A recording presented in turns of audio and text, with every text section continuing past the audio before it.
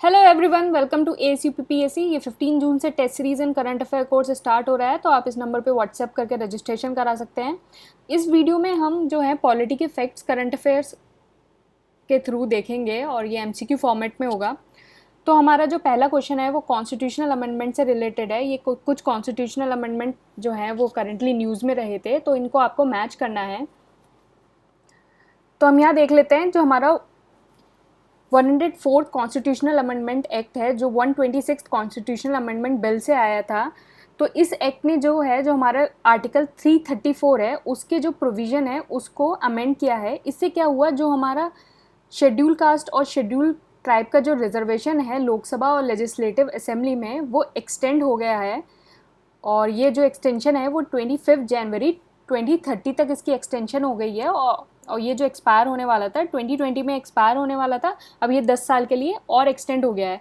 इसमें जो है खास जो हमें ध्यान देने वाली बात ये है कि जो ये प्रोविज़न है वो जो एंग्लो इंडियंस होते हैं उनके लिए एक्सटेंड नहीं हुआ है। ये सिर्फ schedule caste and schedule tribes के लिए एक्सटेंड हुआ है। एंग्लो इंडियंस के लिए ये जो प्रोविज़न है वो एक्सटेंड नहीं हुआ है। 103 जो कॉन्स्टिट्यूशनल अमेंडमेंट एक्ट है वो 10% reservation for economically weaker section के लिए है। 102 जो है वो constitutional status national commission of backward classes के लिए। एंड 101 है जो इंट्रोड्यूस किया था उसने GST को। और 100 जो कॉन्स्टिट्यूशनल अमेंडमेंट एक्ट है वो exchange of enclave territories between Bangladesh and जो सिटीजनशिप जो राइट है उनको रेजिडेंट ऑफ एनक्लेव को देने के लिए। तो जो हमारा जो क्वेश्चन नंबर 1 है उसका आंसर हो जाएगा B2314। तो हमारा जो A है वो 2 से मैच हो जाएगा, B3 से C1 D4।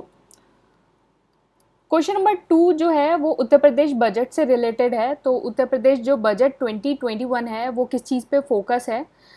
तो 2017 का जो बजट था वो बेसिकली फोकस था फार्मर्स के ऊपर। 2018 का जो बजट था वो इंडस्ट्रियल एंड इंफ्रास्ट्रक्चर डेवलपमेंट के ऊपर था। एंड 2019 का जो बजट था वो विमेन एम्पावरमेंट के लिए था। और 2020 का जो बजट है वो overall development of the youth and presenting the unlimited potential of the state before the entire country and the world. तो यूपी बजट जो 2021 है जो वो फोकस करता है overall development of the youth पे। तो क्वेश्चन नंबर 3 जो है वो नेशनल ग्रीन ट्राइब्यूनल से रिलेटेड है कि नेशनल ग्रीन ट्राइब्यूनल में जो कुछ वो केसेस जो डील करता है, सिविल केसेस, वो किन लॉज पे डील करता है।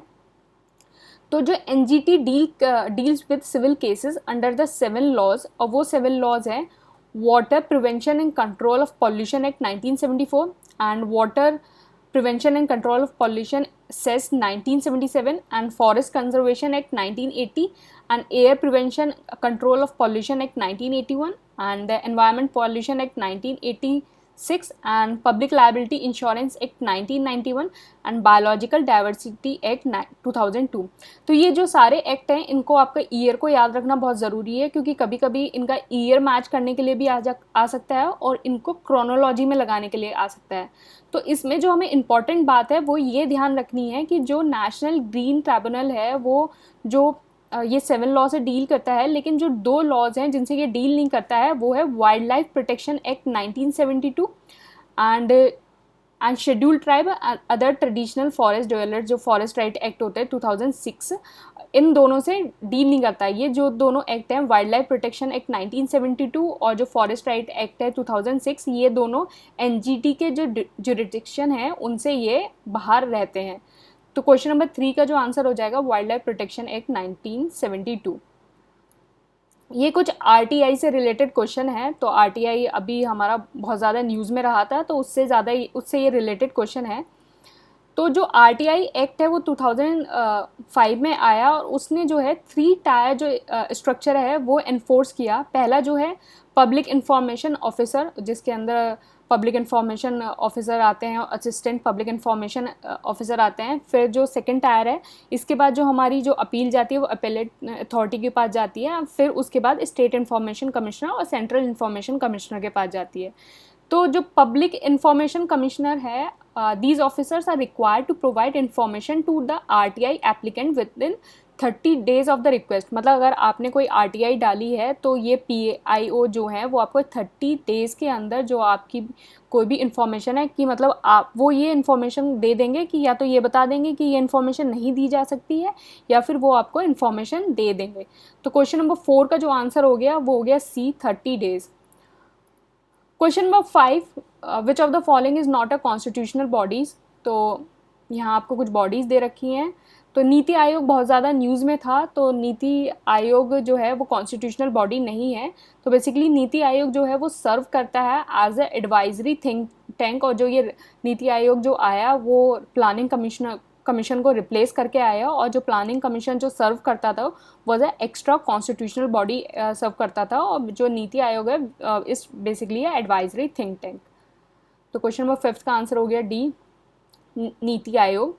Question number 6, government of India launch star rating protocol for. तो अभी जो स्टार रेटिंग प्रोटोकॉल है उसका जो रिजल्ट आया था, तो उसके बेसिस पे ये क्वेश्चन आ सकता है कि स्टार रेटिंग प्रोटोकॉल जो है वो किस लिए लॉन्च होता है।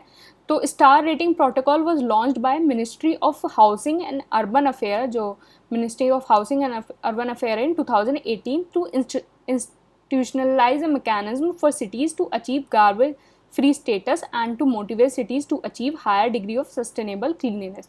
तो बेसिकली जो cities हैं उनको ये encourage करना to the garbage free status, और उनको जो higher degree of sustainable cleanliness के लिए achieve करना, ये star rating protocol का जो है वो मेन मकसद होता है। बेसिकली इसमें जो cities हैं उनको जो है वो stars दिए जाते हैं। तो बेसिकली ये जो स्टार रेटिंग प्रोटोकॉल है वो गार्बेज फ्री सिटी से रिलेटेड है। तो क्वेश्चन नंबर 6 का आंसर हो गया सी। क्वेश्चन नंबर 7 जो है original jurisdiction of supreme court के बारे में है। तो ये जो है ये हमेशा न्यूज़ में रहता है, क्योंकि जो हमारे जो डिस्प्यूट्स हैं गवर्नमेंट ऑफ इंडिया और स्टेट्स के बीच और स्टेट्स के बीच जो डिस्प्यूट्स होते हैं वो हमेशा न्यूज़ में रहते हैं। तो ये जो ओरिजिनल जुरिडिक्शन है जो सुप्रीम कोर्ट का, ये भी हमेशा न्यूज़ में होता है। तो ये कौन से आर्टिकल से रिलेटेड है? तो original jurisdiction is covered under article 131, और जो ये केसेस जो डील करता है आर्टिकल 131, तो ये हो गया dispute between Indian government and one or more state, and the dispute between the Indian government and one or more state of one side and one or more state on other side, any dispute between two or more state. और जो article 32 से related है, जो हम original jurisdiction होता है supreme court का कि कोई भी जो मैटर है एनफोर्समेंट ऑफ फंडामेंटल राइट्स को कैटर करने के लिए, वो भी आर्टिकल 131 के अंदर कैटर होता है। एंड जो सुप्रीम कोर्ट जो इशू करता है रिट्स और जो डायरेक्शन जो रिट्स होती हैं हेबिस कॉर्पस और मैंडेमस और ये सब, ये भी आर्टिकल 131 के अंदर आती हैं। और जो सुप्रीम कोर्ट जो पावर होती है टू ट्रांसफ़र क्रिमिनल और civil case from the high court in one state to high court to other state, और जो ट्रांसफ़र करता है cases from one subordinate court to another state high court, तो ये सारा ओरिजिनल जुरिडिक्शन के अंदर आता है सुप्रीम कोर्ट के। तो ये आर्टिकल 131 से रिलेटेड है। Question number 8, national action plan on climate change has 8 mission. तो जो नेशनल एक्शन प्लान है जो क्लाइमेट चेंज का, उसमें 8 मिशन है। आपको बताना है इसमें से कौन सा नहीं है। तो नेशनल एक्शन प्लान ऑफ जो क्लाइमेट चेंज है वो 2018 में लॉन्च हुआ था by prime minister council on climate change. इसके अंदर 8 मिशन आते हैं। National solar mission, national mission for enhanced energy efficiency, national mission on sustainable habitat, national water mission, national mission for sustaining the Himalaya ecosystem, and national mission for a green India, and national mission for sustainable agriculture, national mission for strategic knowledge for climate change. तो इसमें से जो ये तो national mission on sustainable habitat it's a part of NAPCC, and national water mission भी है, और national ocean mission नहीं है। तो इसका आंसर हो गया C, national ocean mission. Question number 9 जो है वो हाल ही में जो काफ़ी जगह जो है सस्पेंशन ऑफ इंटरनेट सर्विसेज देखा गया था, जम्मू कश्मीर के अंदर भी, इंडिया के अंदर भी, होल इंडिया के अंदर भी। तो उससे रिलेटेड ये क्वेश्चन है कि कौन सा जो एक्ट है वो डील नहीं करता है suspension of the internet service. तो जो इंफॉर्मेशन एक्ट जो है 2000, क्रिमिनल प्रोसीजर जो 19 कोड है 1973, और टेलीग्राफ एक्ट 1885 जो है वो 3 लॉज हैं जो डील करते हैं suspension of the internet service. लेकिन 2017 से पहले जो इंटरनेट सर्विस का जो ऑर्डर है वो इशूड होता था सेक्शन 144 ऑफ CRPC, और ये जो आप ये सारे जो इंफॉर्मेशन एक्ट हो गया, टेलीग्राफ एक्ट हो गया और क्रिमिनल प्रोसीजर एक्ट, ये तीनों जो हैं सस्पेंशन ऑफ इंटरनेट सर्विसेज से डील करते हैं। और ये जो अनुराधा भसीन केस हुआ था 2000, ये भी बेसिकली जो है वो freedom of speech and expression और freedom to practice any profession or carry any trade business over the internet, तो ये भी इंटरनेट से रिलेटेड है और फ्रीडम ऑफ स्पीच और फ्रीडम एक्सप्रेशन से रिलेटेड है। तो इसमें अनुराधा बेस्ड केसेस में ये हुआ था कि जो कोई भी इंडिविजुअल है उसको कॉन्स्टिट्यूशनल प्रोटेक्शन है, मतलब इन्जॉय करता है वो under article 19 sub clause A, article 19 sub clause 1 sub clause A and article 19 sub clause 1 sub clause B जी से। तो मतलब आप जो फ्रीडम ऑफ एक्सप्रेशन है ओवर द इंटरनेट, मतलब इंटरनेट के ऊपर भी ये जो आर्टिकल्स हैं वो लागू होते हैं। तो क्वेश्चन नंबर 9 का आंसर हो गया सी, आईपीसी 1860 ये जो है सस्पेंशन ऑफ इंटरनेट सर्विस से लागू नहीं करता है। इसमें कुछ सस्टेनेबल डेवलपमेंट गोल्स गिवन है, आपको बताना है कौन सा जो पेयर है वो गलत है। तो जो गोल 2 है वो एलिमिनेट हंगर, ये बिल्कुल सही है। एंड गोल 13 जो है क्लाइमेट एक्शन से रिलेटेड है, ये भी बिल्कुल सही है। एंड गोल 15 जो है लाइफ ऑन लैंड है, ये बिल्कुल सही है। लेकिन जो सस्टेनेबल डेवलपमेंट जो गोल है 4, ये जो हमारा जो है वो है एंश्योर इंक्लूसिव एंड इक्वलेटिव जो है quality education and promote life long learning opportunities for all. तो जो हमारा गोल 4 है वो क्वालिटी, इक्विटेबल और इंक्लूसिव जो क्वालिटी एजुकेशन है उससे रिलेटेड है, गोल 4 एजुकेशन से रिलेटेड है। तो क्वेश्चन नंबर 10 का जो आंसर है वो बी है, ये गलत हो जाएगा। ये हम टेलीग्राम पे डेली क्विज कंडक्ट कराते हैं, तो आप टेलीग्राम ज्वाइन करके इस डेली क्विज में पार्ट ले सकते हैं, ये बिल्कुल फ्री है। Thank you and all the best.